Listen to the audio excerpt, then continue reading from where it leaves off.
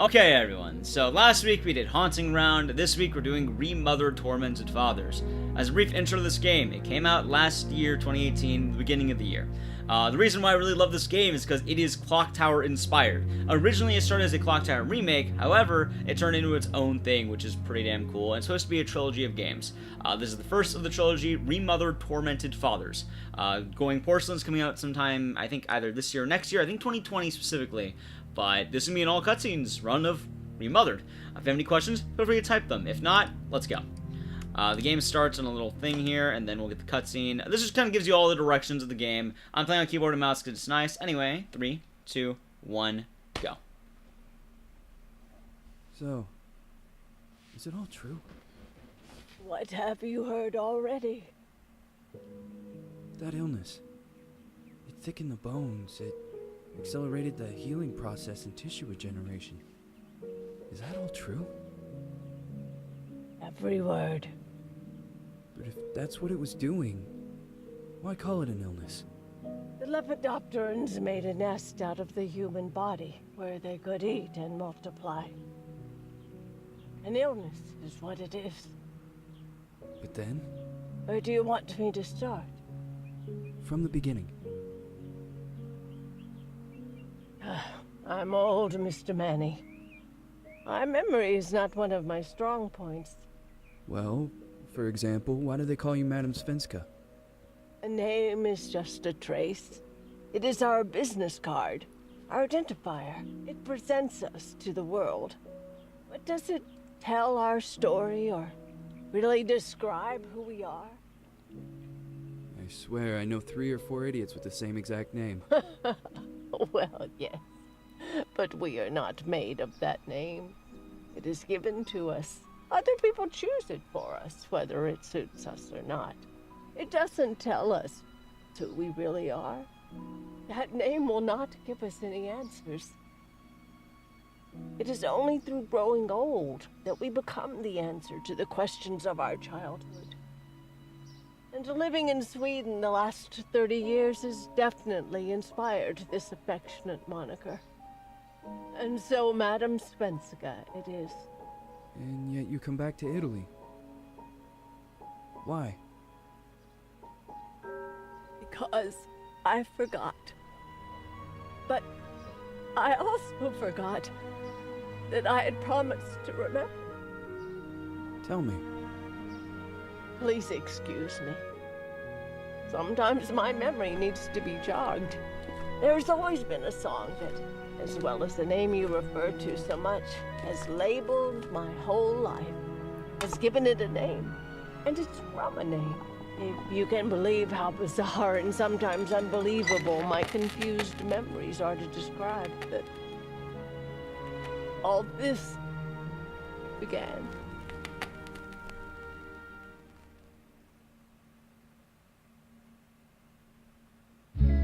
Say goodbye.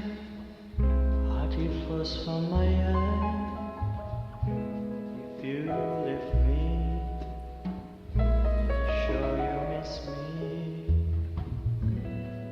If you fly, you lose something in the sky. Come on, let's dance. We don't have any chance. Give me a kiss, so you know what you're gonna miss. If you fly, you lose something in the sky. Listen to me, the romance leave us free. But needs to be taken care of.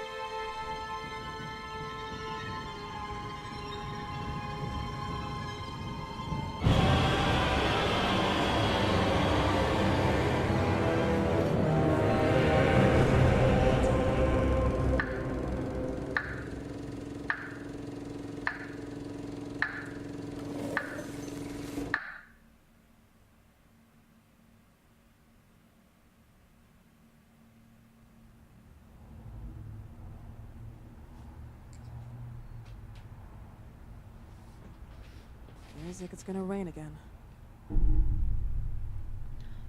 Alright, so we're back in. So, as you can see, we're in the game of Remothered now. About 5 minutes in the intro there, a bit long. But before we begin, there's a lot of cool things you can see. Obviously, we have the little girl missing. This is Celeste Felton, the little girl who is missing. There's a few girls in the game, which we'll see. But, a fun Easter egg I want to show off before we go into the full game, and this kills some time. It's on the side of the mansion here. At least I should be able to find it. A lot of people don't really know this is here, but I love this Easter egg. Cheers! On screen, October 31st, 1971. Cut here, cut there. Take a while to guess what that's a reference to. So Remothered is a passion project based off the original Clock Tower games. Originally it started as a Clock Tower remake, however, things change and the game changed into its own being. But they still throw in the Clock Tower references by name of Jennifer and Sears, which we'll see more coming up. Anyway...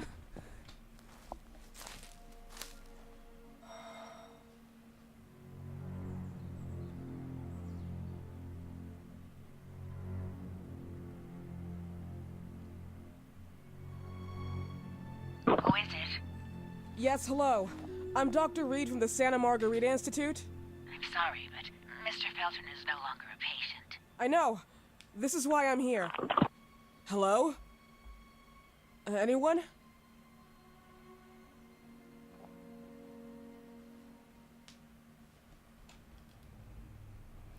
So most of this early games will be pretty chill, but now we're entering Dr. Richard Felton's house. We'll learn more about Felton as we go, but you can run, you can walk, there's a lot to explore, but realistically, this is a really detailed area for what doesn't need to actually be here.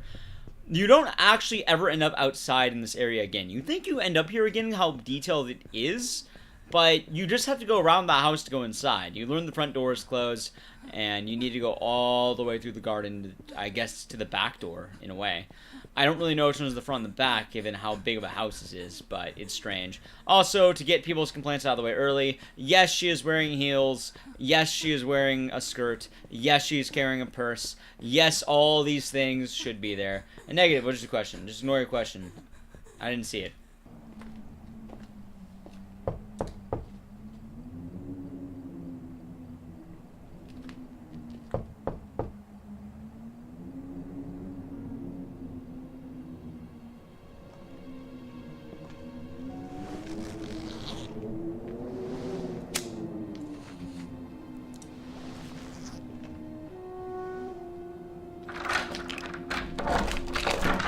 Good evening. Miss Reed, you already told me at the intercom, and as I already told you, Mr. Felton is no longer a patient at the Santa Margarita I know. Institute.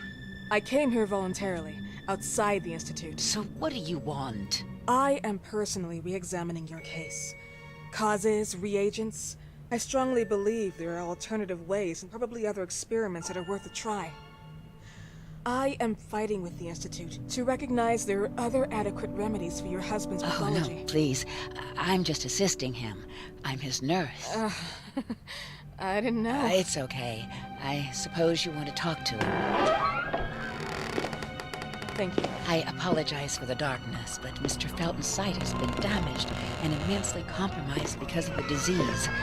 Anyway, I am Gloria. Oh, and please, refrain from smoking inside. Mr. Felton hates the smell of smoke. Sorry.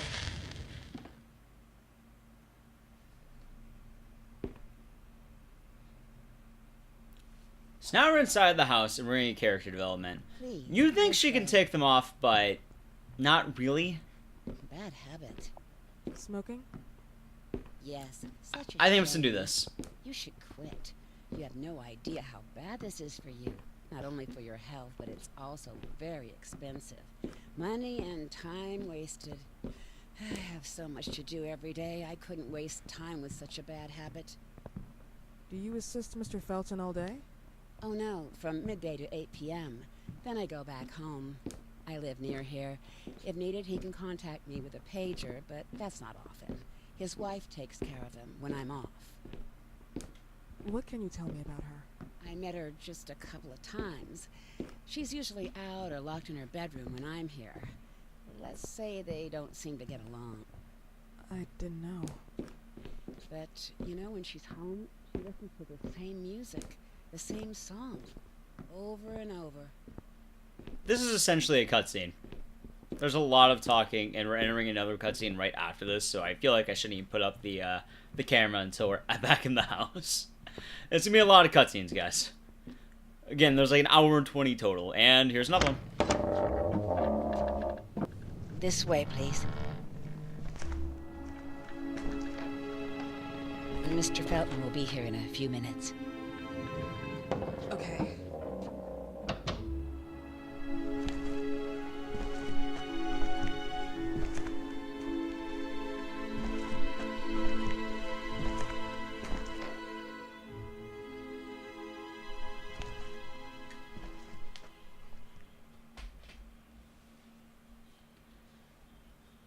So bring up the camera here would be a very small amount of time, but there's a lot to explore in this room. This is Felton's office. You don't really get a lot of time here.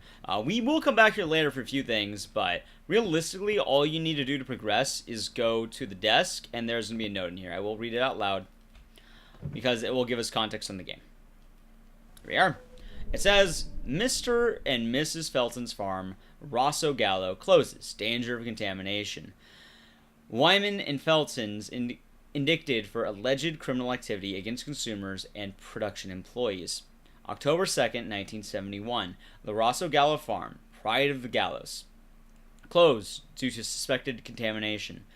It has been reported that many products have been infected by toxic pollen that could be the cause of severe parasitosis.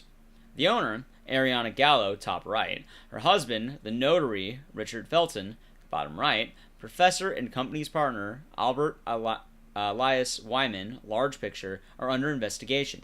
The latter has been allegedly accused by Felton himself of having used the company to carry out pharmaceutical experiments, taking advantage of corporate funds at his will. Indeed, the warning came from the residents at the company's headquarters, the Ashmans, who managed the building and supervised the harvesters, the sisters of the adjoining convent. Photo.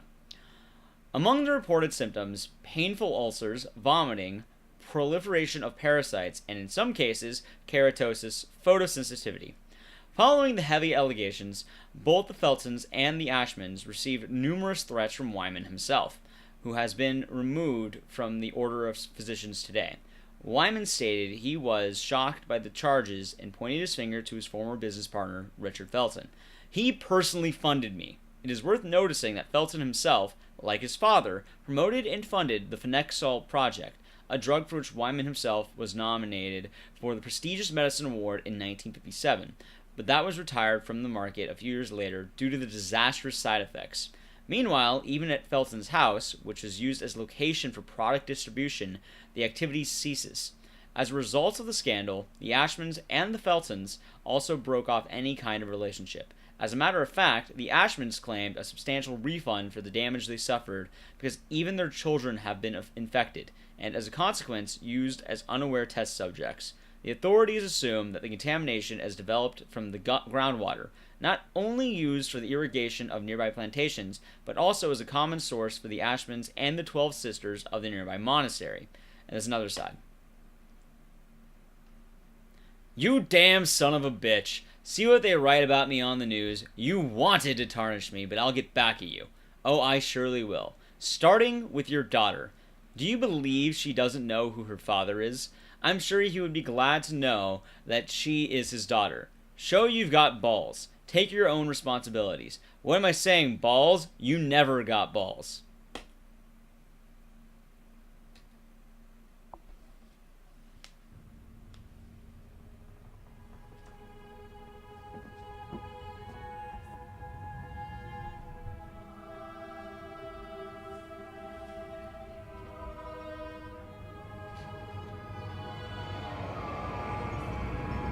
Do you believe in God, miss?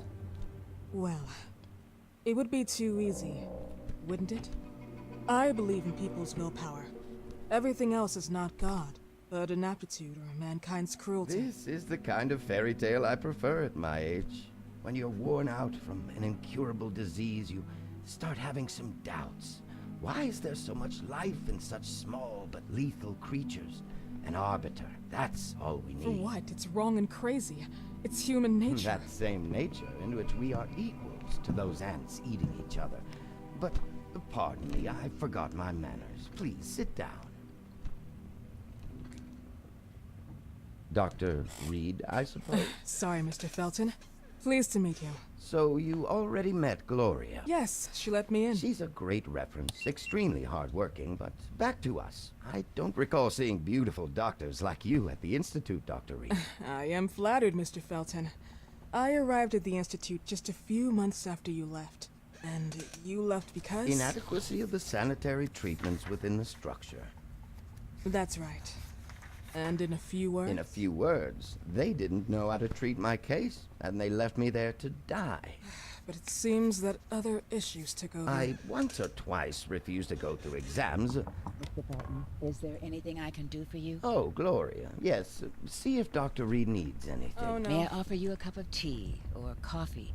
Espresso? No, thank you. As you wish. How about you, Mr. Felton? No, thank you. I'll keep entertaining our guest. You can go now. You're diagnosed? 1958? Yes, indicatively. Some friends and I contracted the disease while traveling to Egypt, and it got worse. In addition to the disease, the first exam showed some inconsistency. Some hormonal deficiency? Overdose of non-prescribed drugs, opiates? Anoxyl? Wasn't it recalled in the mid-60s? Doctor, don't you think that nowadays there are ways to obtain drugs without any prescription? I believe so. According to your file, you still receive your disability pension. Even better, it seems that the beneficiary is your wife, Ariana Gallo. Exactly. She's the one who takes care of me when Gloria is off. How about your daughter? My daughter, Celeste, has never come back home. Disappeared. She was adopted, am I right? The investigators confirmed that she intentionally left. They never suspected a kidnapping since there was no ransom request. How about Weeman? Wasn't he a suspect? A flash in the pan, an idiot who brought confusion by sending warnings and threats. And her birth parents? Dr. Reed, young girls often decide to just go. And this is what my daughter decided to do. Jennifer. What did you say? At times, you'd call her Jennifer. No, my Mr. daughter... Felton, what has really happened to your daughter? I just told you. How about the off-the-record version? I am not sure where you're trying to go with this, but I won't tolerate... I don't have the strength for this now. I know you've been trying to forget her, but this picture might help you to. What is this? Where did you get this picture? Isn't she your daughter? Celeste, or as you called her? Jennifer? I asked you a question. Back of the picture says Jennifer. There is no Jennifer! You thought I was stupid, didn't you, Mr. Felton? Do you really think I'd come here without knowing what I'm talking about? Who are you, and why did you come here? Did you come to my home to threaten me with your condescending Threatening tone? you? So maybe I should ask your wife then. She's not home. Seems like she is. Mr. Felton, I just talked to the director of the Institute on the phone. They have never heard of Dr. Reed. She is not what she claims to be. Well, Miss Reed, if that is your real name, your time here has ended. Please, leave my property. Miss Gloria will escort you out. Please follow me. Mr. Felton, please, tell me what you did to your daughter! Good evening. Follow me.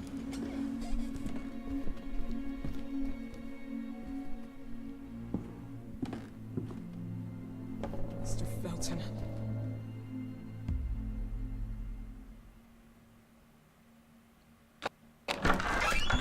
You know the way. There's a lot of these, by the way. How do you even... How do I do what?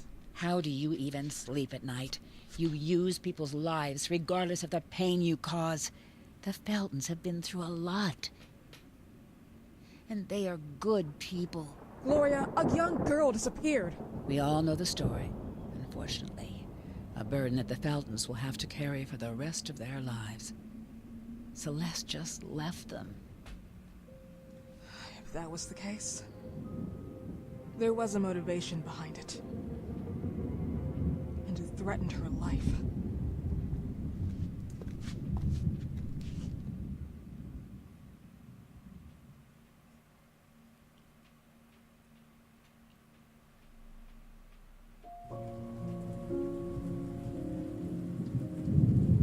Number 3, by the way.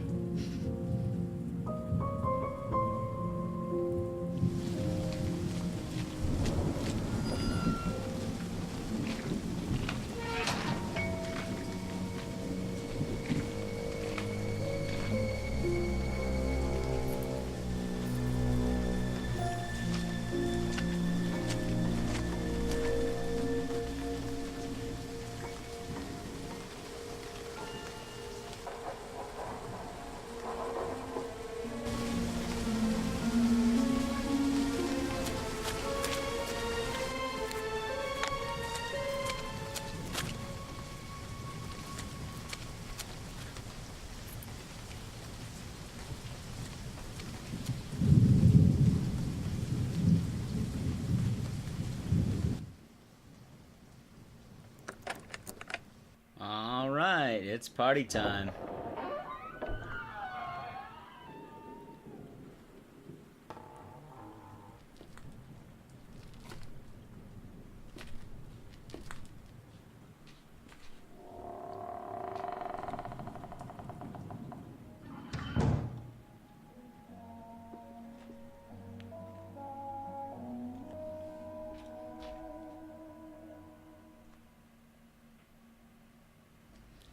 Alright, and now we are back for at least a little bit. It took 22 minutes to cutscene. How is the title related? Remothered? Well, Remothered is the name of the trilogy that is coming out right now. It's 3 titles. We don't know quite yet. We will see coming up more on how it goes. We can make some assumptions. We'll learn more about the game. But for right now, we're doing the intro. I'm walking because I want to take some time to talk. If I was wanting to run upstairs, we can. We're not going to be in danger right now. But you can see I have inventory management, you have like a chessboard. None of this actually matters. There's 3 floors to this area. You don't really hit the 3rd floor. You have the 2nd floor, the 1st floor, and the ground floor of the basement. But we'll start running right now.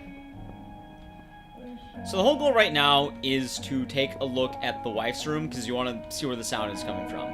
You wanted to ask your questions earlier since we didn't get to, but now we need to. By the way, we're going to be hitting another cutscene in a moment, which is why I didn't want to immediately run up here. But the one thing I love about this game is the music, which we're about to experience more of. Anyway, enjoy.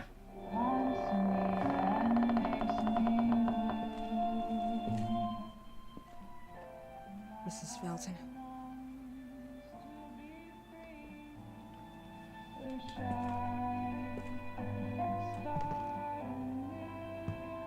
Are you here?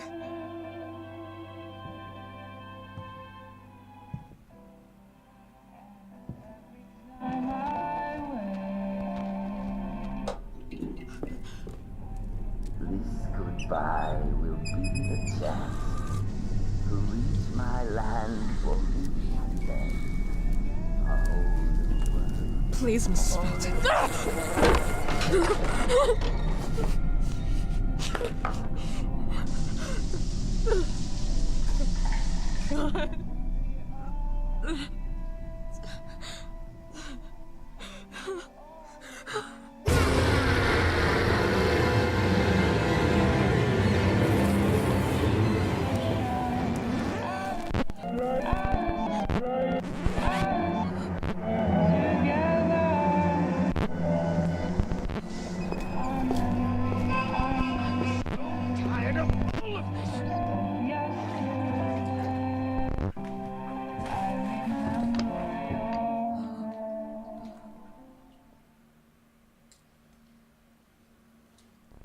Minor gameplay section, we just hide.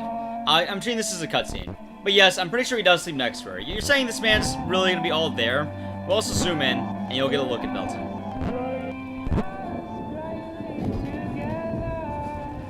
A lot of things in this game are pseudo cutscenes. They're going good night, Rose. Anyway, here we are.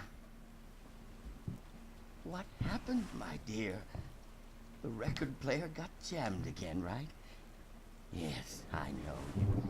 You keep on telling me we need to buy the new gadgets on the market. Promise, promise, promise.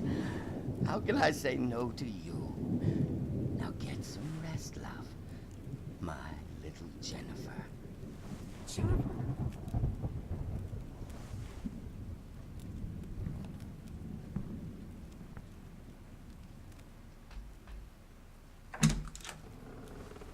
Another one, by the way. Alright, I don't remember. No, it is not.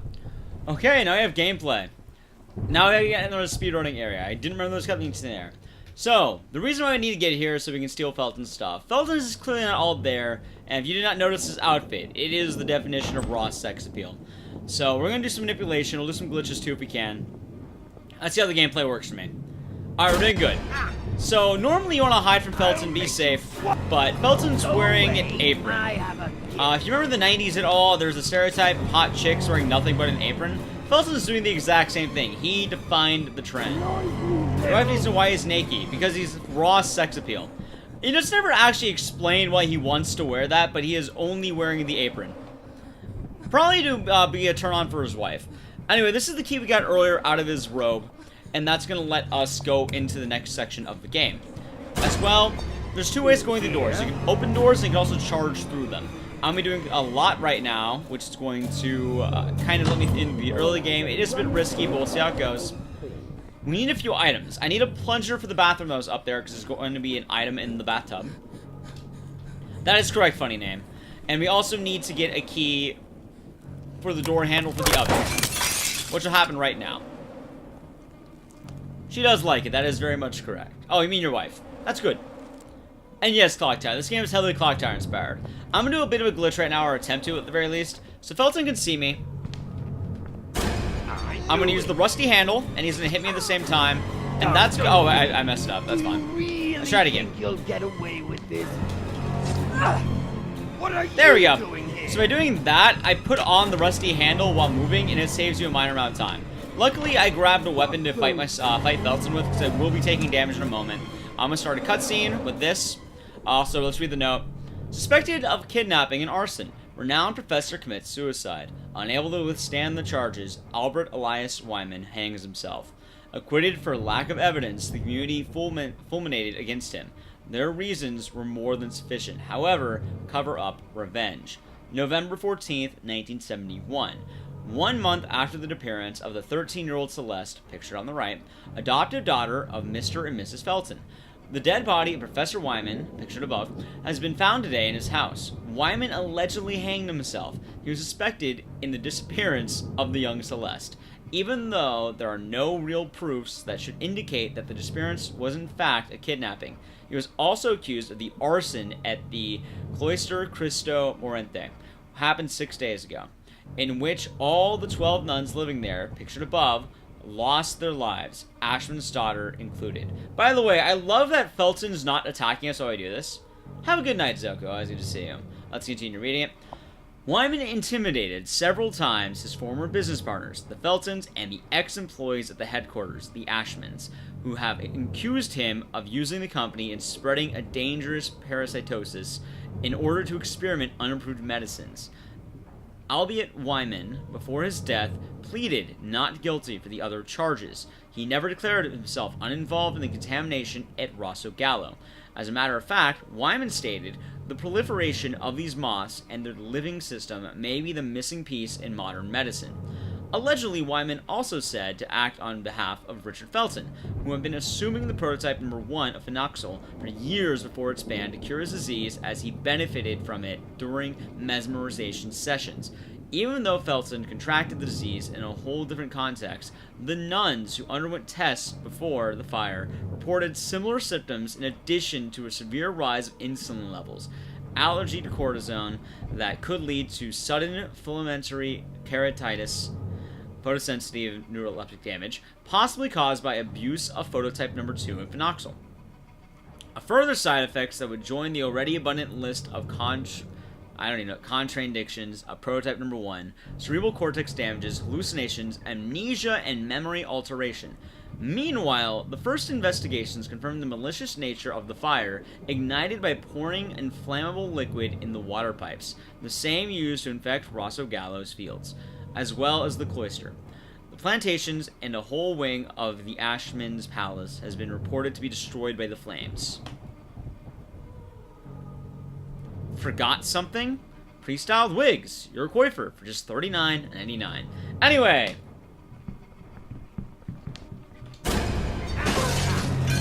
I'm gonna get attacked, but I have a weapon to fight back. So, cutscene event, if you have any weapon, you see him pass the quick time event. As long as you have a weapon, you always have a life. But I will be low on health now. By the way, Felton's a cursor. Luckily, doing damage will be good for me. I have everything I need in terms of items. I have 3 throwables, which can distract Felton and hit him, which is very good. And then defense weapons are rather nice as well, because they obviously keep me alive. Oh, grab that. And we're going to be grabbing the film now. Inside the oven is film. Moths come out of the film because it's a little bit of a jump scare. You have to shoot them away. Nothing too crazy. But they will be gone. And then we get the film.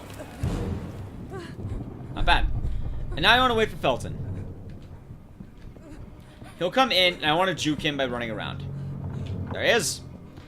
So, if you ever play Dead by Daylight, same logic. We run him around the table. Where do you think you're As well, since this door is open, I'm going to go around, because this is going to prevent Felton from going through that door. By going this way, he'll follow me, and I can save a bit of time on the steel rope. You need the steel rope for later, which we got from this. This is probably one of the most important items in the game, really enough. Like, this chandelier is incredibly important for some strange reason. Alright, Felton's chasing me. That's good. And now we're going to be going up to use the plunger. This is required for a few reasons. Exactly, funny name. It's also a weird thing as well. I have items for throwables, and I also have a defensive weapon. I do get a heal later on, but right now we're in the abused damage state, meaning any hit will take me into a dying state, which is the whole fight for your life with a weapon thing. You can fail the check, and he puts a sickle in your face, but we don't want that, obviously. It would be funny, but I don't think they'd do it. Anyway, we're going back to the first room in the game with the bathroom because we need the plunger for that. As you saw, I did grab a plunger on the table among a few other things. We have 3 items right now that I'll use for later, and I'm lunging through these doors to get me faster. The main reason why is because I get stamina after this cutscene. It's a minor one. It's small enough that you can see what it's doing. I count this as gameplay because nothing of value actually happens. You just sort of see a key fall down. Speedrun would be interesting. Anyway, in addition to this, what I'm now going to do is immediately run out of the room and do that twice. I should have Felton right outside, and then I can shove him out of the way. Shoves are important. There we go. Getting that shove stuns him for a small amount of time and lets me pass him. It only works if you have a certain amount of stamina. The stamina requirement's absolutely required. You need to be careful to make sure you have it. Anyway, now that I use the plunger, I can go down to the grate, and I can fully interact with that. There we go. Almost down. And we are doing pretty good. There's a few ways of actually doing this. You can interact with either the grate or the elevator. And we use the steel rope right here. There we go. Actually, there's a hurl in the bathroom. Good question. She always looks like that. This is another one of those cutscenes. It's not really a cutscene. It's just her doing an action. I'm not going to count any of these as cutscenes because it's essentially normal gameplay. However, I do want to wait a little bit because I need Felton to actually get out of the way so I can shove him out of the way. The reason why I want to do this is because I'm going to get a teleport soon. Hey, look, how's it going? What game am I speedrunning? This is Remothered, Tormented Fathers. It's a pretty fun game that came out last year. So there I had enough energy to do a shove, and it's also going to be safer because I'm going to get a Felton replacement. On certain cutscenes, Felton or any enemy that's chasing you will end up getting kind of removed around the map. And this is going to be one of those examples. Even though he is chasing me, it's not going to matter in a little bit because here's what we got. I'm going to start the power for the elevator, and it's going to break the mansion. Which we're going to see now. I'll do this one because I think this one's enough. Is it? No, it's not actually. It just power off. I do a little glitch here, which is going to let me heal up. And we get a save point. And now lights are off here. All lights are off. The way this works is it's really dark. I want to run in the dark, actually. I know the map well enough, so I'm running in it. If you run in the light, Felton has better time seeing you. He can detect you based off noise and sight. The thing is, if you're running on carpets, it's harder for him to see you. It doesn't look like he knows where I am, so this is really good. He will find me when I'm down there, but right now we're doing pretty damn good. What happened to the mirror? So the mirror is a safe spot. If you save there, you can also recover health, which is what I did, but it breaks to show you can't use it anymore. But now we're starting the generator back up, and we're good to go. And now the steel rope is finished pulling. As well, Felton will be coming down the ladder about the time I get there, but it's fine because I'm manipulating Felton for this exact thing. He might not even chase me. He chased me normally back here, though. See, there he is. He's not even catching, though, because lunging through the gate will allow me to get the item, and then he will chase me as normal. But I have an item I can throw at him, which you'll see how well that works as a weapon. Anyway, you grab the item, and this key is required. It's a pendulum clock key, and here's how this works. He gets close enough. He hits me. You know, the standard way this goes. That was bad RNG, by the way. But I accept it. I'll try one more time for the throw. I can grab another item. Let's go over here. Stop, bitch! Alright, there we go. Better. Way better that time. Stunning him with an item is not the easiest to do, but it's very nice if you can get it. He's probably going to find me, but we'll see. As well, I'm going to want to do a little bit of an item use. This is the key I picked up. I knew it. Go. You think I'm enjoying your I use it. He won't attack me. But I can juke him and this will be fine. Where do you think? There we go. We juke him. I also get another throwable. What are you doing here? Do that twice. It's like being chased. Right now I've been hit once, which is fine. But now I can do this. It's a panic event. You can die there. If you mess it up, those go in your face and you die. Now, I get the item I need, which is the battery inside the tower. And Felton's gonna be right here.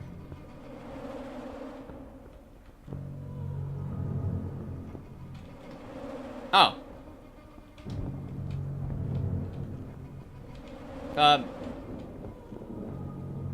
There he is, okay. Still here? I'm not sure what Felton was wanting to do there, but we got him. To snoop inside people's houses. As well, I'm going to throw this at him. Because this will distract Felton for a little bit. He stopped. Good. I need Felton distracted because we're going to do a lot right now. I have the film. I have all the tools I need. And we're going to be finishing the Felton section. A lot of the enemies in this game have certain things you need to do before you finish their sections. And this is one of them. The Felton section is one of the most RNG ones in the entire game. And takes some time to learn. If you learn it, though, it's pretty good. Anyway, the section ends inside of his office, and we're going to be playing a tape. There will be a cutscene coming up. I'm going to go for the risky strat because it's cooler. You immediately pull down the projector, and we're going to play the film. 1. Even if he gets me, I can throw an item at him, and I can make this safe. There's 2. He normally won't actually move towards you if you're putting an item in. It's weird. So you just mash mouse button, you're good, and we are in. And there we go. Enjoy.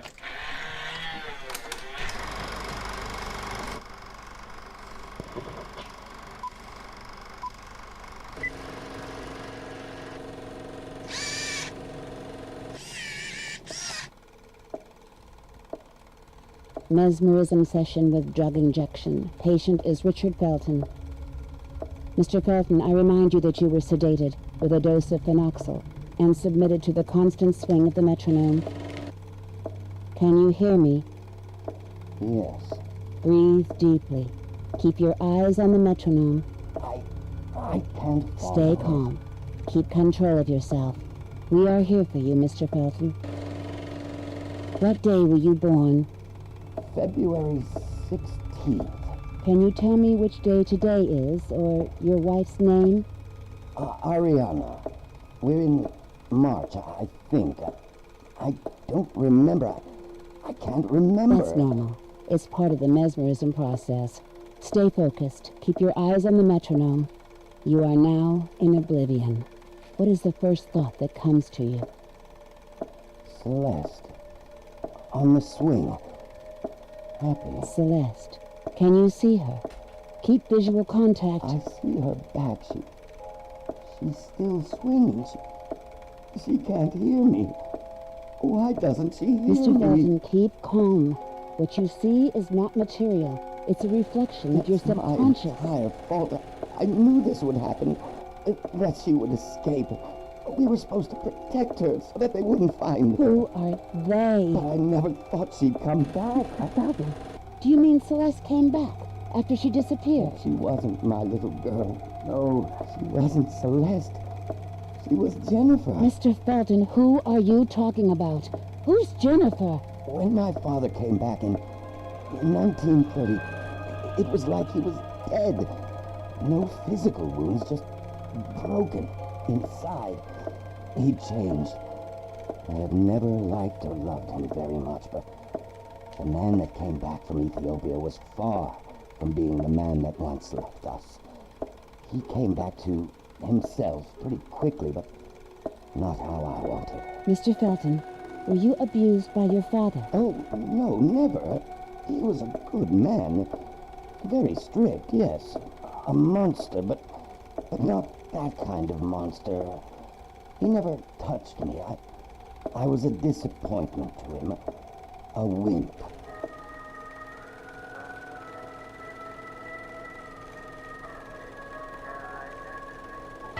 Do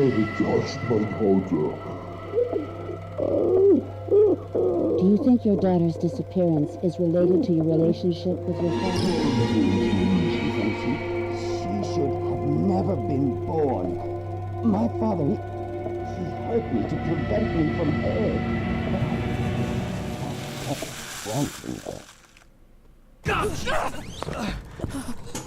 Is this why you came here, Doctor? I hope you found what you were looking for. I tried to warn you. You should have listened. Is it really worth it to put yourself into this story?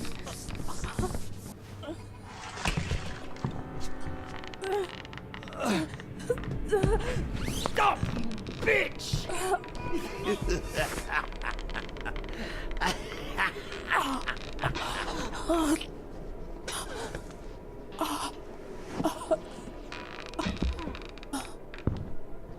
Some things die and stay dead forever. Other things die and just linger in time. Sir, sooner or later, everyone will find out the truth. I already told you the truth. My daughter left us just one afternoon.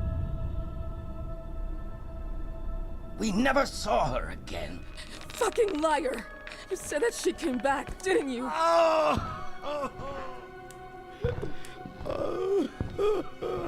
You don't understand. You have no idea of what I've been through. The pain. And didn't you think of the pain your daughter's been through? Oh no, Celeste was the only bond between my wife and I. Our marriage was more of a business deal than love. It was one of those arranged marriages where only the parents-in-law love each other. This has nothing to do with your daughter. On the contrary, it has everything to do with her. After she disappeared, Ariana and I were divided. But you said you were protecting Celeste. From who? It's more than you can handle, miss, and you would not understand. It's true. I might not be able to understand. But right now, I believe Celeste decided to leave because she was terrorized by your morbid intentions. No, it's not true. And yet, sometime later, she comes back home to the lion's It's den. not true. One afternoon, she knocked on the door. I couldn't believe it. She was there. But it wasn't Celeste. It was Jennifer. Jennifer. Then you came in. God bless you. And thanks to you, I finally realized that Jennifer was to blame for my pain, my disease. I could not let her go away again. So one night I slipped into her bedroom, and there she was, tempting me. I could not let her hurt us again. No, can't be. And yet, you saw her body. I had to. I didn't have any other choice. Disgusting. Murderer. You're a murderer! Oh, God, forgive me. Forgive me. I was just following her orders. You came to us to free us from evil. Oh, God.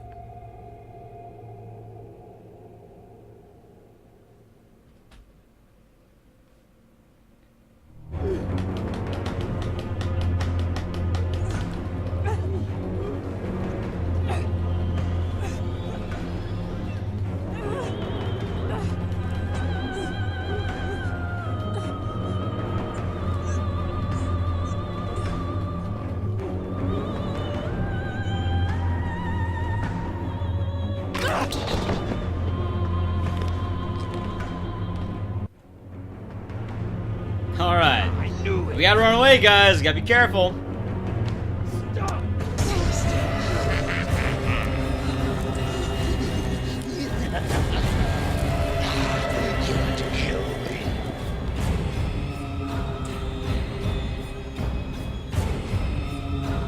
Alright, party time. Red Nun skip. Let's see where I landed. This is the Red Nun. Give me another chance. I did not land it, we're fine. The Red Nun's amazing, by the way. Easily the best part of this game. Look at her. That design, that is a bone sword. Oh, God! Come to me, to my little trapped moths.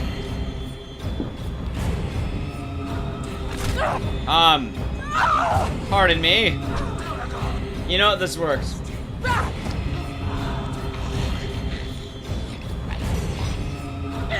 Alright, I'm about to get a bit crafty. Oh my god, all my stuff broke.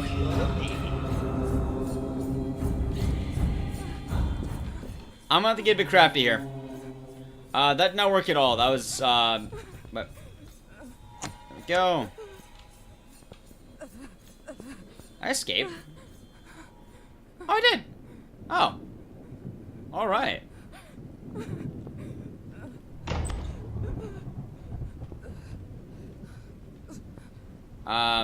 I guess we're good. Wow. Alright, we escaped the Red Nun. How do you skip? So, you can get Felton stuck on the Red Nun, which is very good. Also... Wait, do I... Oh, I have to go over here.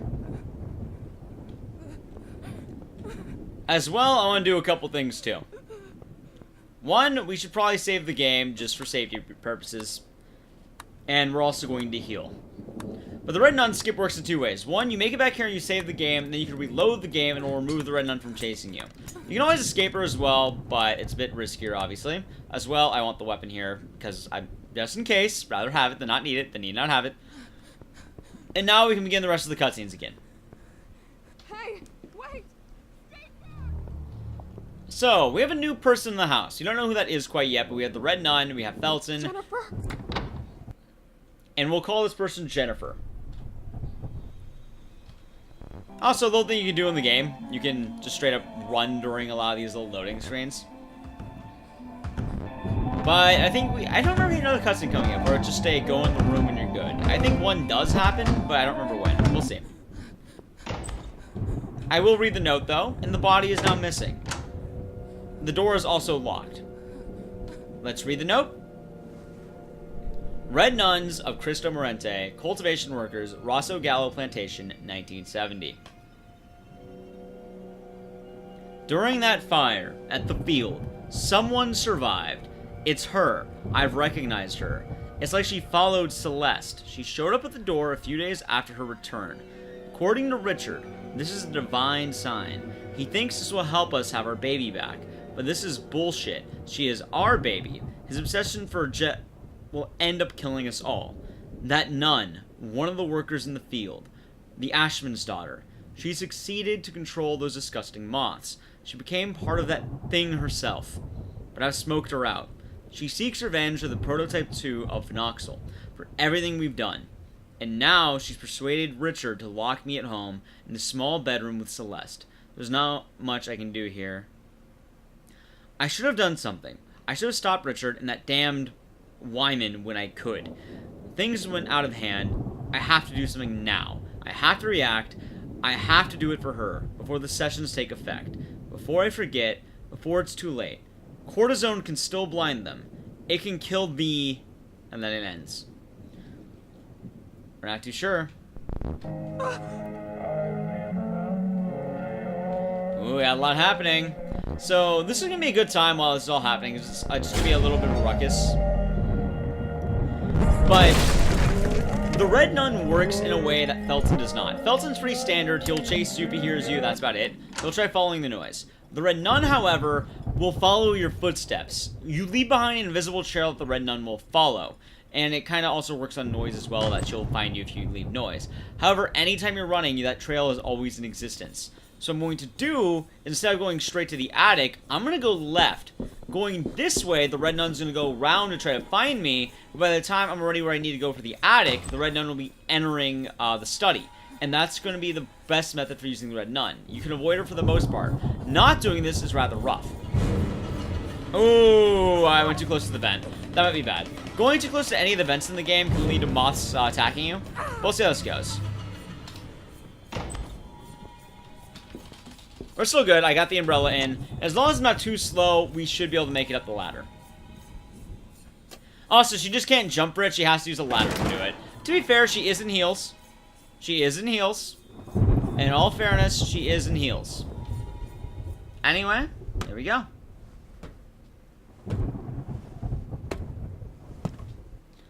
I'm going to leave it on this for a little bit because I think the attic is to be enjoyed. I will talk, but the attic's definitely a section we want to just take in. Hello? Is anyone there?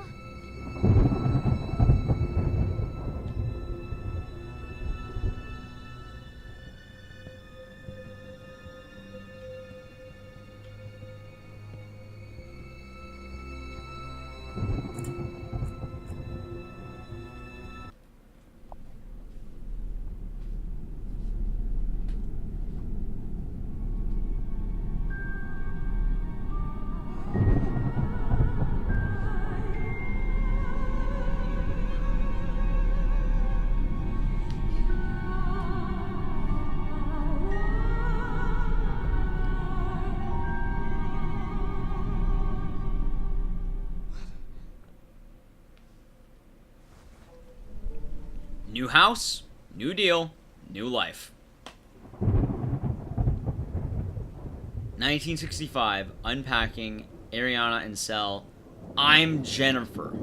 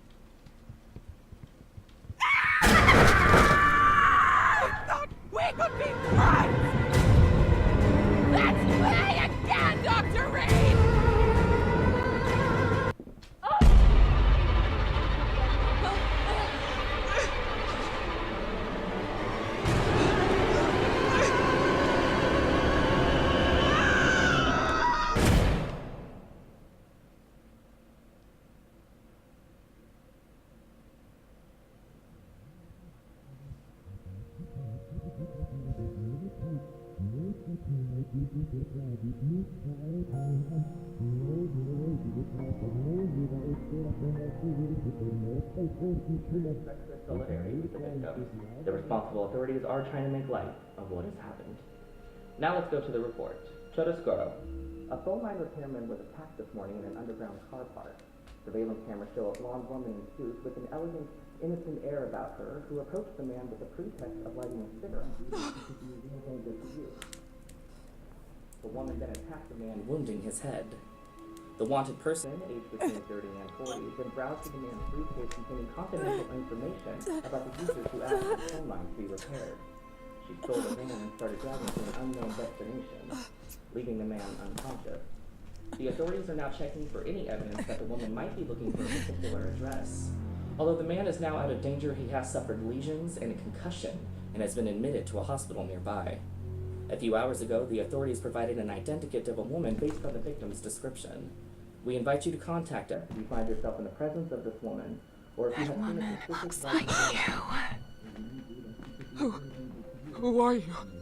I hope you'll forgive me for before, but you mustn't touch my things. My things are mine. You mustn't. That photo in the loft. What happened to that door? Richard made it disappear. He doesn't want anyone to go in. What do you mean? That door no longer exists. There is now a wall. A wall behind the fireplace. A fireplace? There, you're gonna find what you're looking for. A lot to take in here. So you don't quite know who that is yet. I'm gonna go for the bold strat, because why not? This will help me out later in the game. I read this rope now, I can get in here pretty fast later. Also, I think it's just faster. It's pretty safe, honestly. Anyway, here's how it works. I'm going to take that. I'm going to steal the batteries. Because the TV is no longer working. And now she is angry. Very angry. I have 2 different enemies chasing me at the moment, by the way. So be careful. Be very careful. We currently have 2 people chasing me. Oh my god, that is a bit risky. Alright, let's keep going. Luckily, I have a defensive weapon, but I should be able to make it down without any of them getting me. I'm currently chased by 2 different stalkers. Either one of them can kill me, by the way. We don't know who that is quite yet. We can assume that is Jennifer, but we don't know. Oh, God, I'm probably going to die. I messed that up. I messed that up. Don't die. Do not die. I went the wrong way. I thought I was going toward the elevator. But we need to put these batteries in for this ladder so we can get an oil can. Everything will reset once I do this, including my health. So I just want to make sure I can get this. Correct. Alright, we got it. We're good. This is another one of those cutscenes that it's more of an action than a cutscene, so I'm just going to leave it. But now we're getting the oil can. You know this is up here if you look around, and you can only do this if you know the batteries. Obviously, I know a lot of the puzzles preemptively, but it's not going to be too much. This ladder needs batteries. And it has the same AA batteries the remote has. Anyway, we get a load. And this load regenerates my health. And also resets all the AI. I do need to be careful now because the red nun's going to be chasing me once again. I want the red nun to find me fast so I can shove her out of the way. It looks like it's good. Alright, we got the shove. And then you keep running after that. As well, I'm going to chuck the glass at her, and then I should be able to get into the wall behind the fireplace coming up. I normally go about here, and then... Alright, we have a hit. As well, I'm taking the brick, and there we go. Again, this is going to be more of an action, so we'll leave it up. That is true. Jennifer's still chasing at the AI reset. No, actually, she won't chase you anymore. She is gone. It's only the red nun who is chasing us for right now. That is not the end of Jennifer, however, we will have more. Anyway, we're now in the wall behind where Jennifer mentioned during that last cutscene we're in. And this is more of a hidden room. You can look around here, but it's really dusty, as you can see. As well, let's look around really quick. There's a mirror if you need to save the game. There's a statue. And there's also a little cart. This cart is stupid because you can't apply the oil to it immediately. The wheels don't work. What you need to do is you need to actually try it, and then you need to apply the oil. And then you can move the cart. This is one of the puzzles I don't like in the game, because it's, oh hey, you have to do all these things, and then you're good. But now we can move it. And then, after you move the cart, you have to wonder, hey, what's so special about moving this cart? What could possibly be there? You get a little bit of a trigger.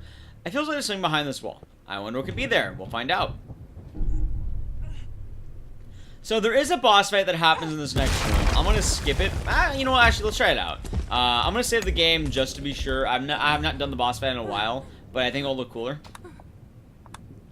I don't trust myself here. I've not done the boss fight normally in a while. I usually do the speedrun route, but it looks really cool as a thematic sort of deal. So here's how it goes.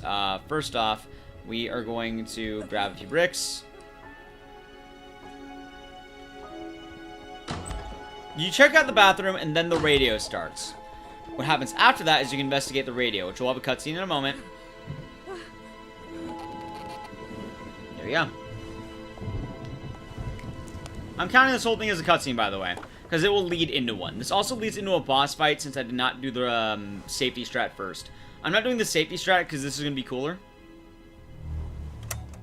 God only knows why I returned. I did miss them. I needed to see them again. At least to know who I am and why I'm Jennifer. We're not allowed to go out. He put bars on the doors and windows. It seems like Dad doesn't recognize me. Today, he had me sit down for another mesmerism session. This damn frog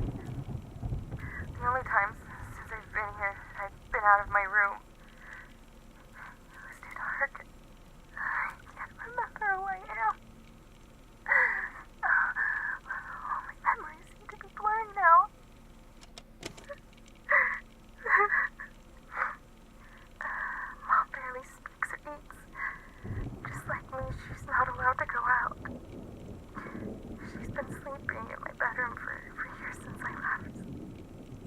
I sleep with her at night. We just curl up in that bed.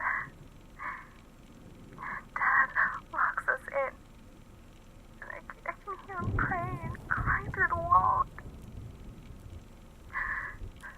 Mommy confessed. It's all their fault. But I should have never come back home. How can I use it? Mom will help me to get away, just like the other time. I showed her that one of the boards was misplaced behind the wardrobe, and that I could access the attic through the space between the rotten wall panels, creating a passage. She said the attic is the only floor that had not been locked with bars yet. I could probably climb down the drain pipe and leave. I hope to convince Mom to come with me. It's too late. I don't know what I will leave behind myself and the blurry memories. I need to remember. I want to remember. I must. I just remember. I promised that we would have seen each other again on top of the world.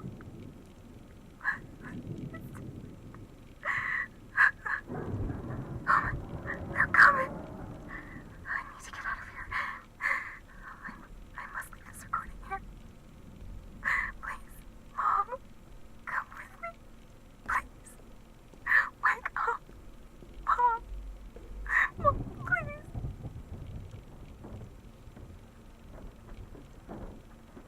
Alright. I have... Ooh, wait. Alright. I have not played Gone Home. Really quick, we're about to begin the boss fight. I'm going to keep this off until we're there. But it's time.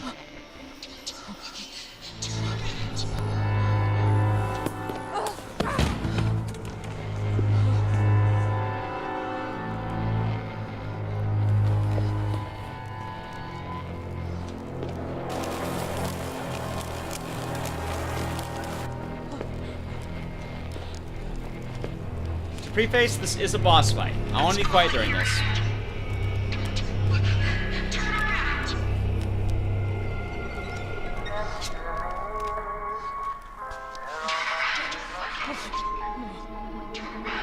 No.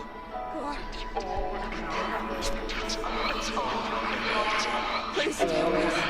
Stop it.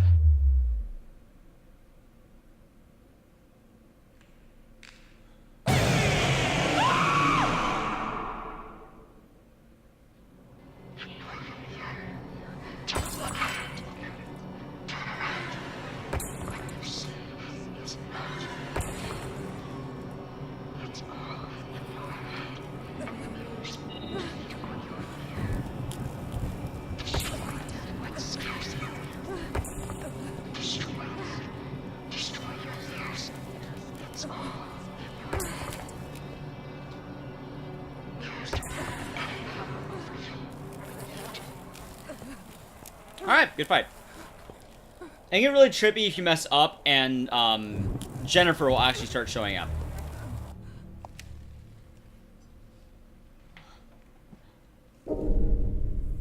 Also, welcome back, Random Shadow.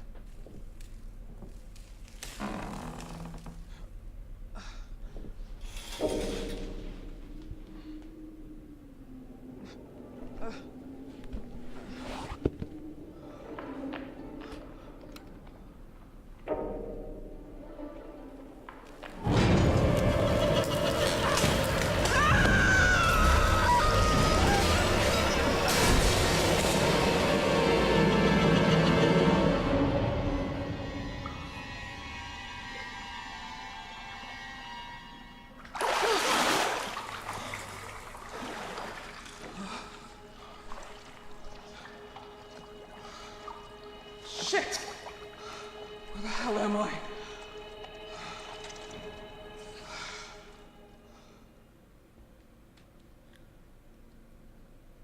So I'll talk a little bit, but this section is arguably one of the hardest in the entire game. It is an RNG section filled with quick time events. Let's see how many I get. There's good numbers and bad numbers in terms of the speed run, but this is actually a terrifying room. Because the Red Nun is looking for us.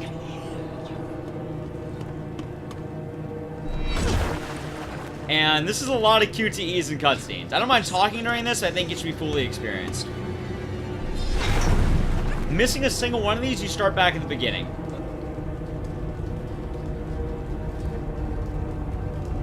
However, there is a save point in the midway.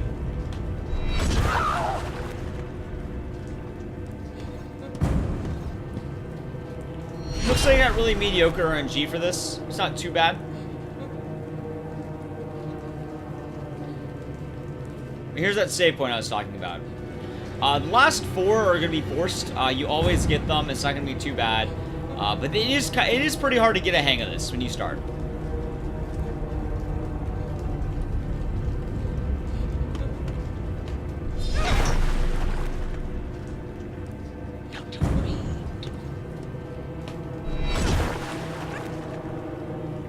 That's because it's a sewer, Avery.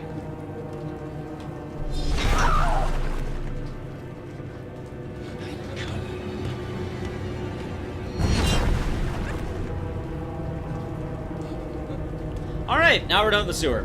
We just have to walk over to the end and we're good. That was a pretty solid sewer, and we're going to learn a lot more in a moment. I'm also going to do a glitch that removes Jennifer for us, but we'll see how it goes. Anyway, we're out of the sewer. I have not finished it, I watched most of it. It was definitely a weird game, Avery.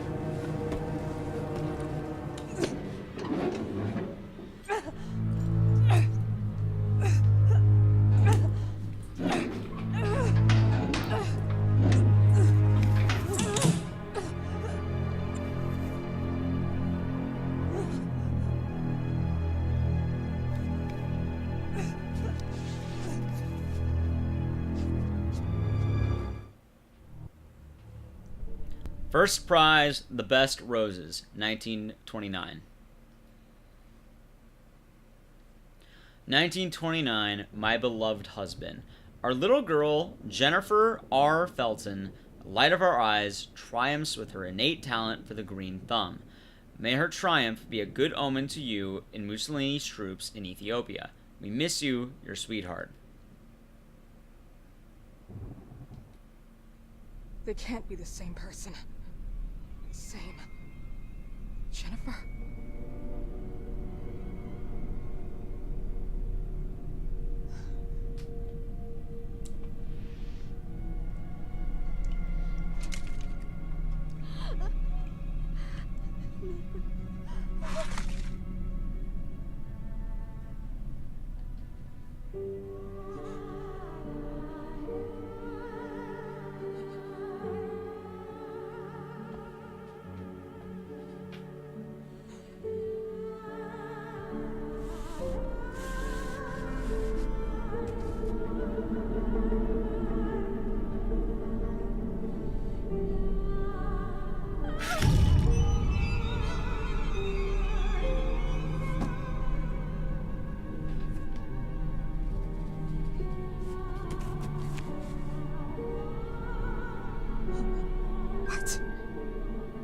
Jennifer Richardine Felton.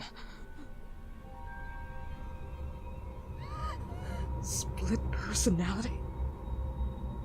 Unhealthy upbringing by deceased father. I was a disappointment to him. A wimp. Overdose of hormones and testosterone. I once or twice refused to go through exams. This is why he wouldn't go further through exams. They would have understood. Now I understand why he was obsessed with his growing daughter, and why he started calling her Jennifer. She was everything his father never wanted him to be. Jennifer.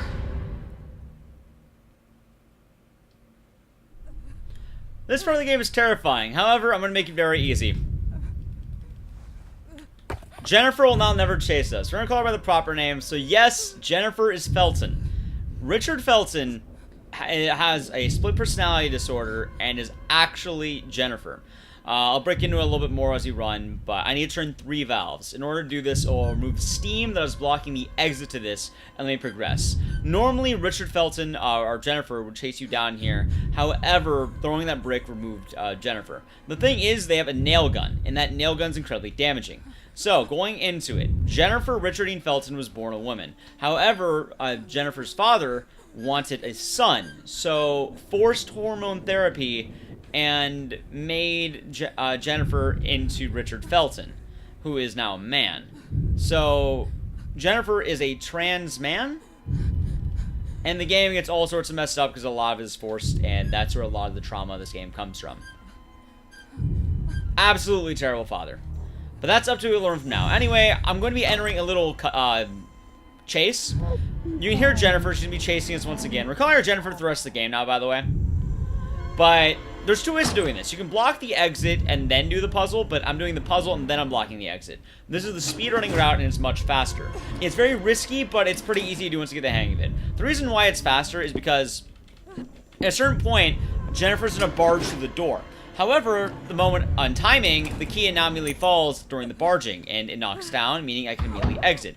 That was extremely good, by the way. But yes. And if you didn't notice, the costume changing, the clothes changing, should give away that Dr. Richard, the naked old man, is actually Jennifer, who's been around the house. Anyway, this next section is going to be going into the elevator to try to escape, because now we know the ladder is going to allow us to escape. The red nun's going to try chasing us, but however, the elevator is coming down as we speak. Jennifer's still in the mind of a child. Sort of. You'll learn more as we go.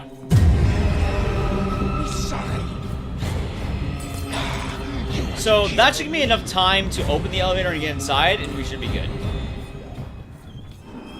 Perfect, we're good. Also get the attic before me. Well, funny name, it's supposed to take longer to escape the Red Nun, so it's assumed in the time that Felton's running away from the Red Nun, they're changing into Jennifer and doing all that.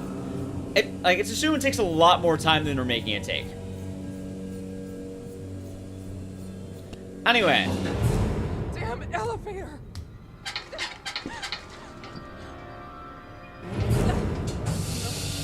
Oh no, please!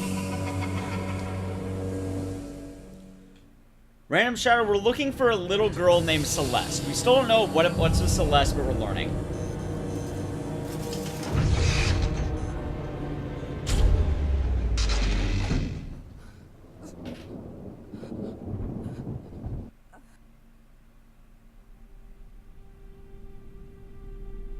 Hello? Anybody here? Hey, Gloria? I'm here! I'm here! Please help me! Miss Reed, what on earth is going on? Be careful! They're armed! Who are you talking about? Him and his damn psychopath! Okay. I'm calling the police. Yes, do it now! Hey, wait! Are you still here? I am. Stay calm. Please, don't leave me! Listen to me.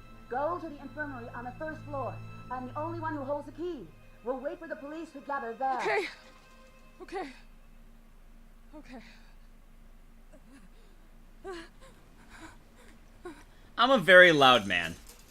But luckily we don't have any cutscenes for a limited amount of time here. We're taking the elevator back down. The main reason I'm not talking is just because if I keep talking, I'll go over the dialogue, and I like being able to give the cinematic experience for this.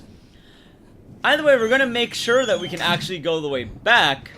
I opened the door earlier during the part where I stole the batteries from Jennifer, and I can now take that route. The elevator got fixed. Actually, I don't remember when it got fixed, and I think about it. I don't think it was ever broken, it was just locked. We unlocked the elevator. Go. So what happened? Oh, Gloria, I'm leaving please, up the close entire door. time, by the way. What's going on? Close this damn door! Oh, Now God, calm no. down. Tell me what happened. Oh my God. Please, I'm here now. Can you hear me? Can't believe. Oh my, your heart is going to explode. No. Calm down, please. You have to take something.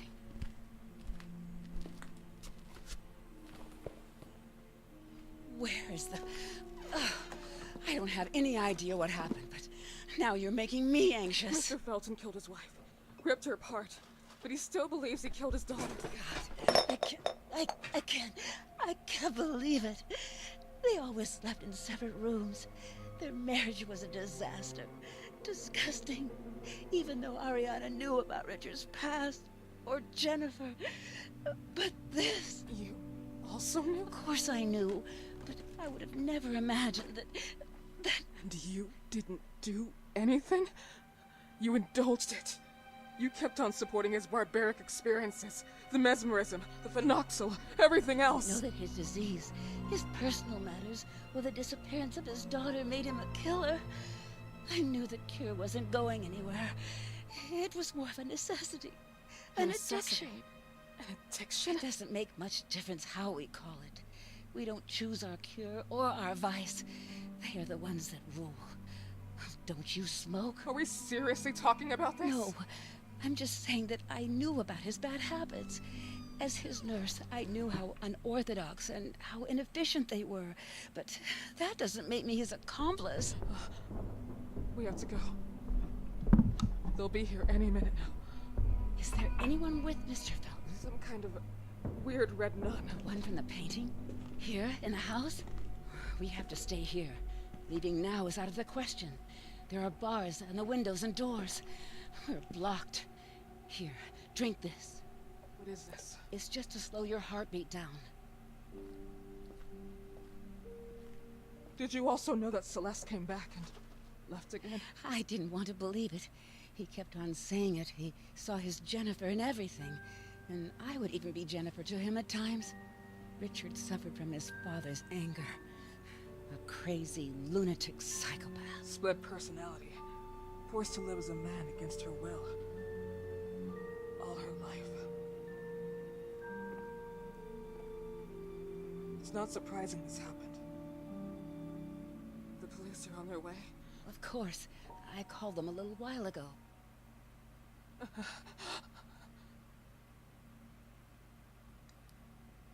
Gloria, how did you get in? The doors and windows have bars. We're trapped inside. Until now, I've had your keys. Your keys. You left them there on purpose until I found them. I know who you really are. Trap me. I missed you a lot, sister. A child is dreaming in REM phase. With open wings, a moth is ablaze. And when his mother screamed that much, a blood-red death bestowed his touch. I likely die here, by the way. Yep, I'm dead. No! Enjoy the cutscene of me dying a few times.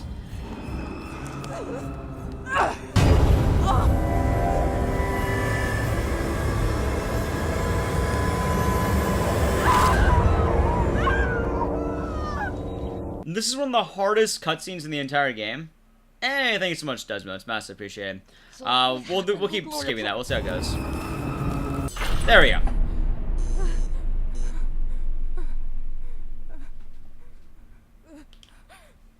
It's always appreciated, man. We'll find out a bit more in a moment, Huntress. Let's read. This should have been you. Thanks for the follow. Much appreciated. Patient, Gloria Asman. Gender, F. Age, 38. Urgent hospitalization. The patient complains of a bad headaches and a sudden but partial lack of sight, later requesting hospitalization. Diagnosis. Have a good night, Desmo. I'm glad you enjoy it. Diagnosis is the rapid worsening of the filamentary keratopathy, eye photosensitivity, caused by the assumption of cortisone and semi-permanent damages to the optical nerve. Damages that had caused an extreme eye photosensitivity. In-depth analysis. The patient assumed cortisones to cure there's a typo there, a widespread and articulated parasitosis added to a suspected pharmaceutical contamination that caused several damages. Insulin deficiencies, ulcers, flaws in memory, and hallucinations. Sound familiar? But mysteriously, it has strengthened tissues, accelerating the healing process of the patient. Keep that in mind. He'll give that all the time. Accelerating healing process. The reaction at the cortisone is absolutely immediate. The effects can even be irreversible, as the damages to the sight that may cause painful cerebral spasms and strong migraine with even an elevated ophthalmic photosensitivity.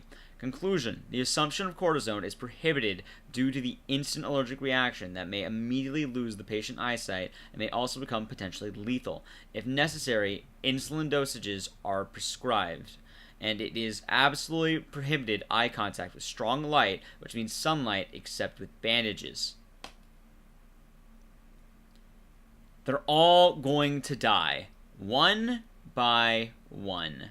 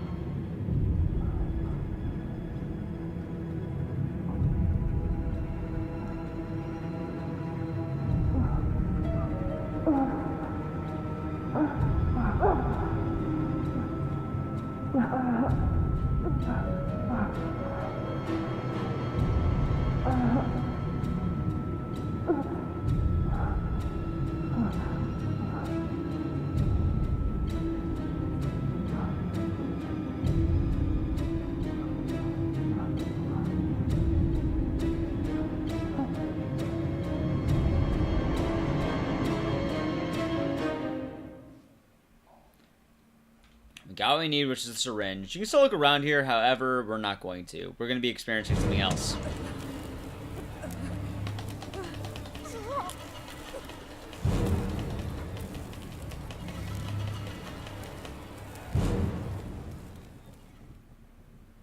I have Colsine. I have.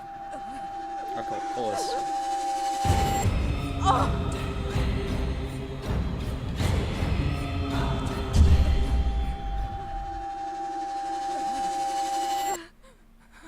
There's a large swarm of them. A lot of cutscenes. Everything here is a hallucination right now. Everything. Well, almost everything. A lot of cutscenes coming up. I'll type.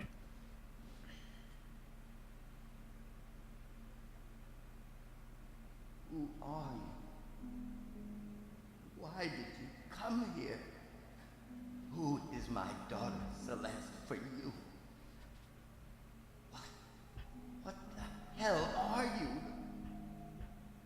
No, impossible. Send her away.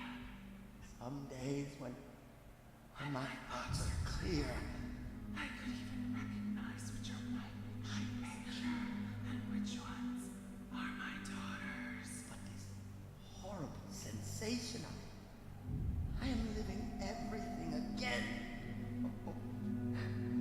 My father back home, it forces me to dress, speak, live as Richard.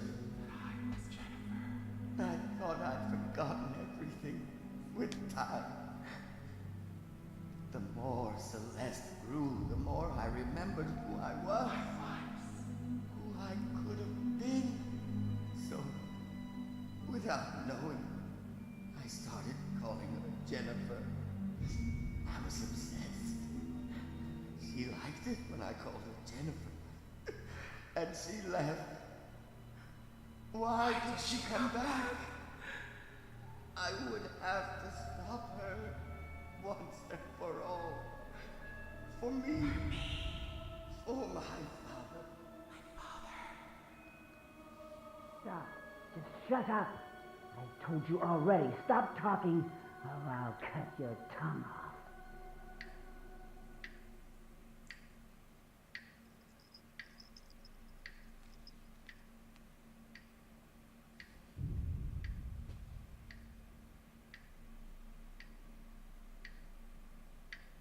Goodbye will be the chance to reach my life for me and love. Can you hear me? Can you hear me? Can you hear me? Can you hear me? Stop moving! Stop moving! Oh, here you are. What did you do? Why? You're fucking sick! Oh god. No! Follow the swing!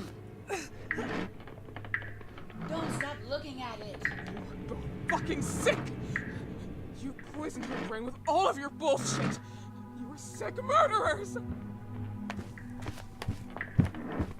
Listen to me, bitch! You think I didn't see what you were hiding in your pretty purse? You wanted to drug me, make me blind, right? Just like the old times. I loved you. I trusted you. You were one of us. But you don't deserve to be. I survived not once, but 2 times. Sorry. Ah!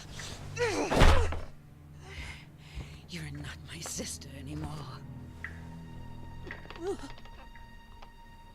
Listen, who doesn't live can't remember. What kind of life is it to suffer that way? You deserve peace. No. Mr. Felton, please don't listen to her! She is Jennifer. She is your daughter. She represents everything you couldn't have. It was taken from you. And now, she's in front of you. This is how you killed your wife, Mr. Felton! Listen to me. Don't listen to You her! killed the other times, but you I'm can't Rosemary. now. She can't We met escape. this afternoon. You know how to end Do you this. remember? You know what you have to do. I gave you that picture. The picture when you were a little girl. Remember? I told you I could have helped you. Help you find a cure. Oh no. Oh, Mr. Felton! Everything. No! Please, I beg you. Stop. No! No!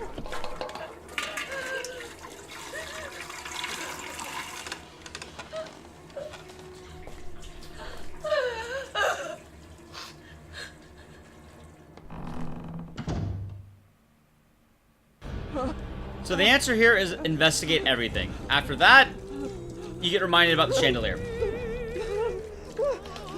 It's a panic event. And then, we'll definitely watch the cutscene coming up. It's, pretty brutal. Also, been watching all of them, so.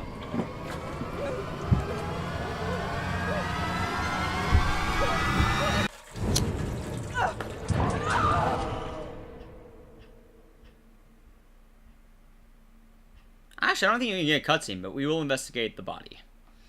Because that's about as rough as you expect it to be. Ah, there was.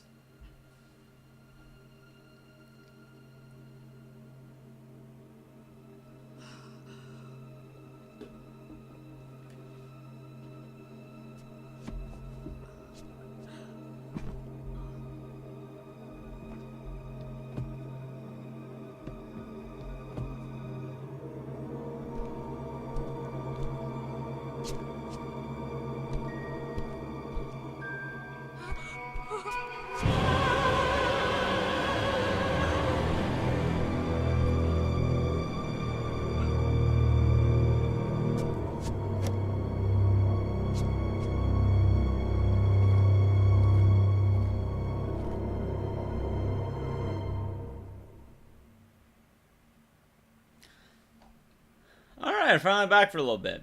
So, we got back our purse, we got the crank, and also... Yeah... No, they alternate between right and left. Most of them are going to be the left, but some of them will go each way. Either way, we are in the end game now. How is one remothered? Very carefully, tall amounts, so we're doing well. And yeah, we are nearing the end game of this. It's going to get kind of crazy. I'll leave it to you guys. Camera, no camera.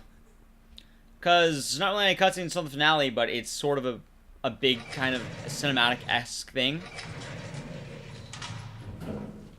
But we'll see. Most of this will be action. Camera? Alright, sounds good. You really thought I'd let you go? No. No. Not this time.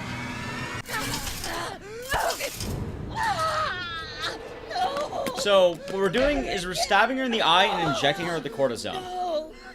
No. Come here, bitch.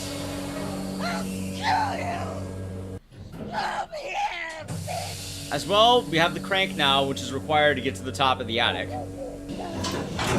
Most of this is going to be gameplay, with little things sprinkled in. But we're going to be dealing with the final boss that happens inside the attic. This section is an entirely new section of the game, and most of it is just designated as a boss area, as we'll see coming up. As well, you can actually keep running during all this. Yeah. Also, I do want that. I want throwable items. This is a risky section of the game. There was one mess up loses you about 20 seconds generally. Also, we get to deal with more Gloria around every corner.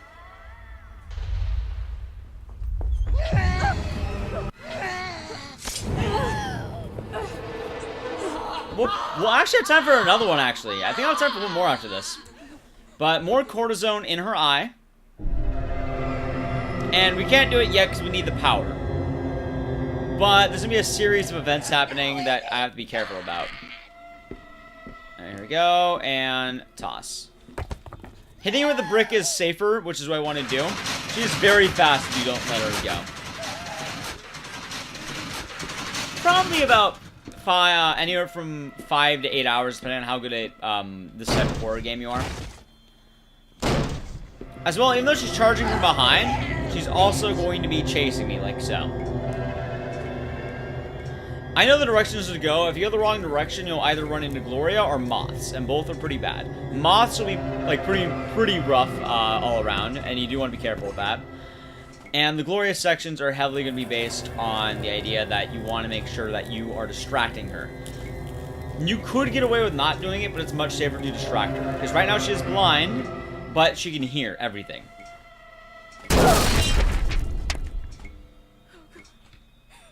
we go.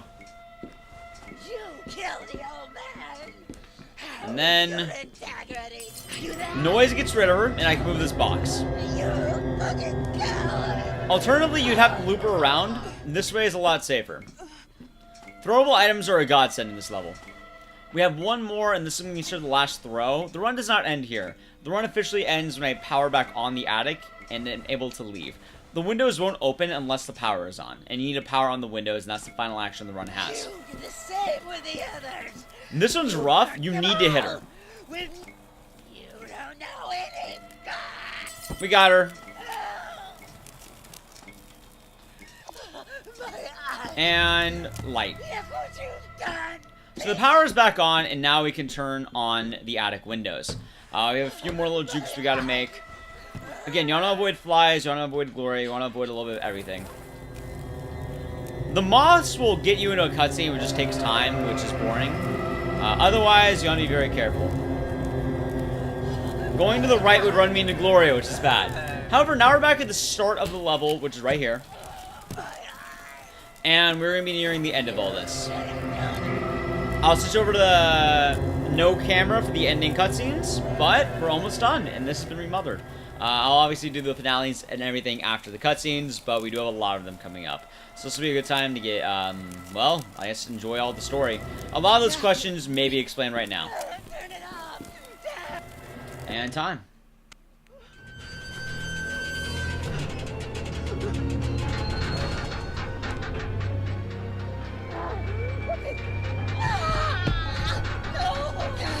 Damn it!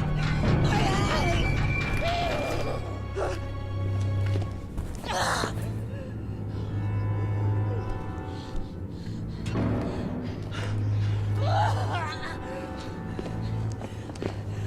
Slice you up, bitch! I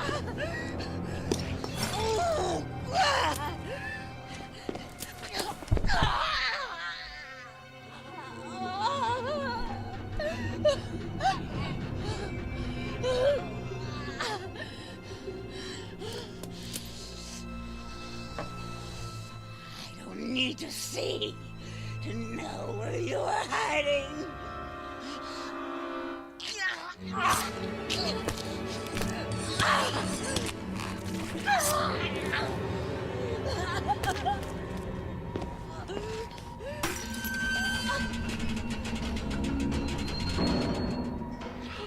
You breathe.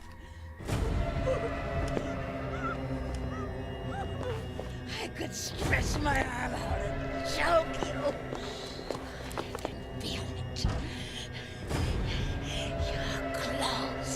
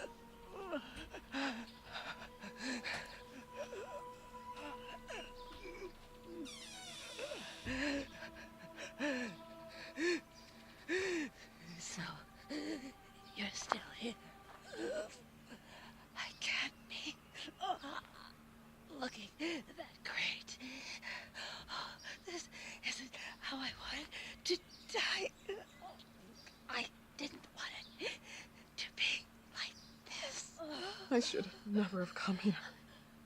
It's all my fault. It would have happened anyway. They didn't give a damn about the disease.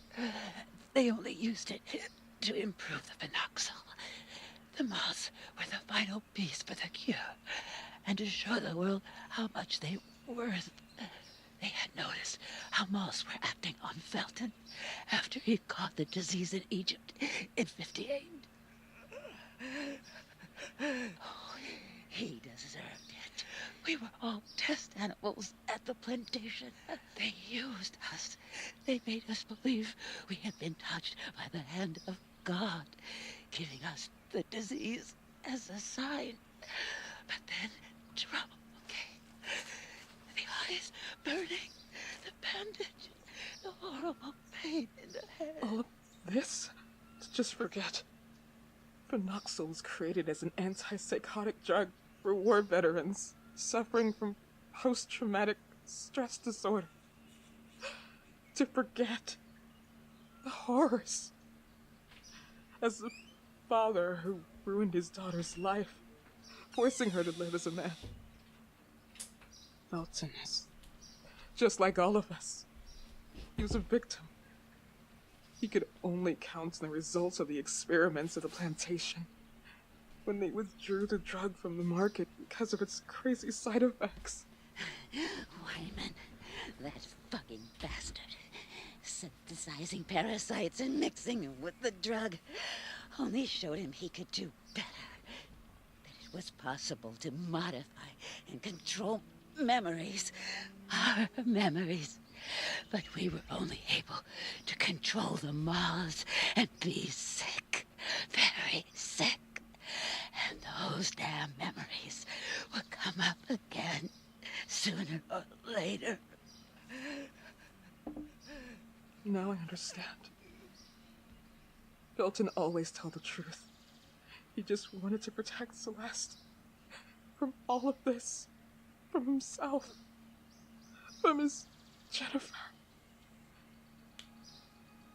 The sessions were for her to just forget.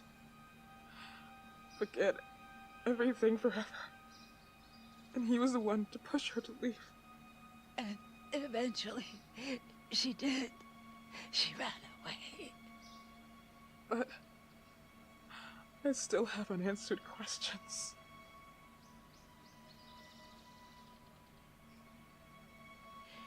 It's not too late. This is not your end yet. It may be the end of everything. And maybe we're already dead. And neither of us knows it. I'm not the one who is crazy here. Maybe we both are.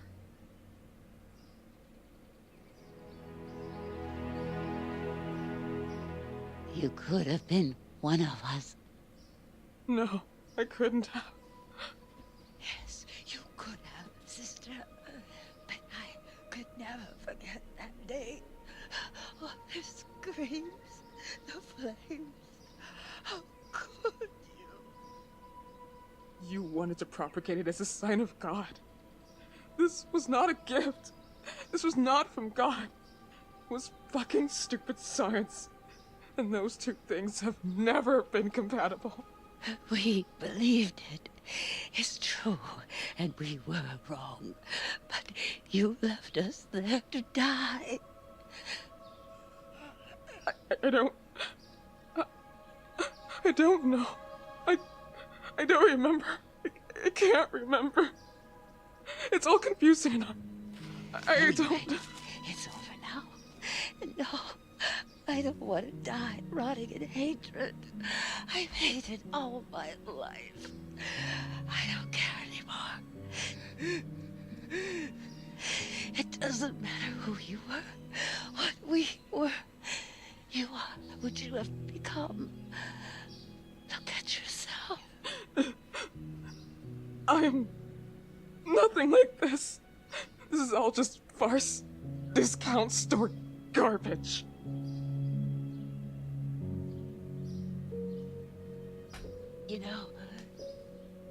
I remember when I was young and I would lie on the grass. Oh, I loved doing this. I would stay for hours staring at the emptiness and seeing myself somewhere else where I could go far away. And now, all these memories hurt. Oh, it hurts so much. Why can't we just forget? Why do we have to remember? Because that is how we save our memories from oblivion. She is still alive. You will find her. I know you will find her on top of the world. What? If God is real, I hope he is made of this love. I hope you will both forgive me one day. I already have. Bad habit. Smoking.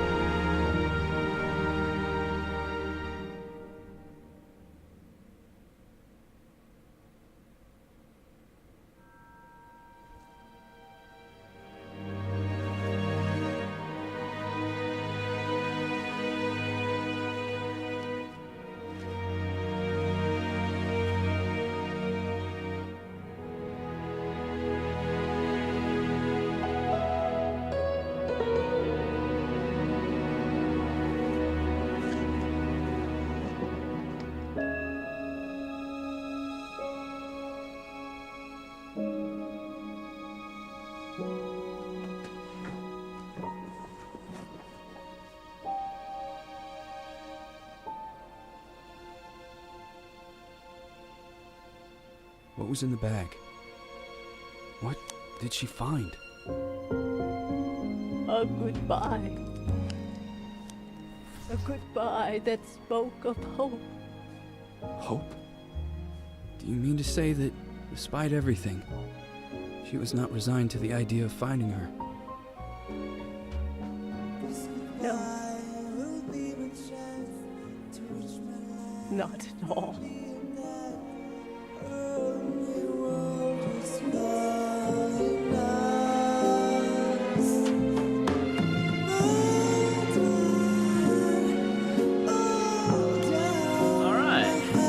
Remothered. I hope you all enjoyed Remothered with all the cutscenes. I'm not counting the credits. I'll leave the song with them. I love this song. Really quick, I do want to say a few things. One, I hope you enjoyed watching Remothered so far. I'll do another run for a moment, so don't worry about that. We'll be non-cutscene. For those who watch all the cutscene stuff, I like doing this, so if you like all the cutscene runs, I'll probably do more games like this, so shoot me a follow. It's always appreciated.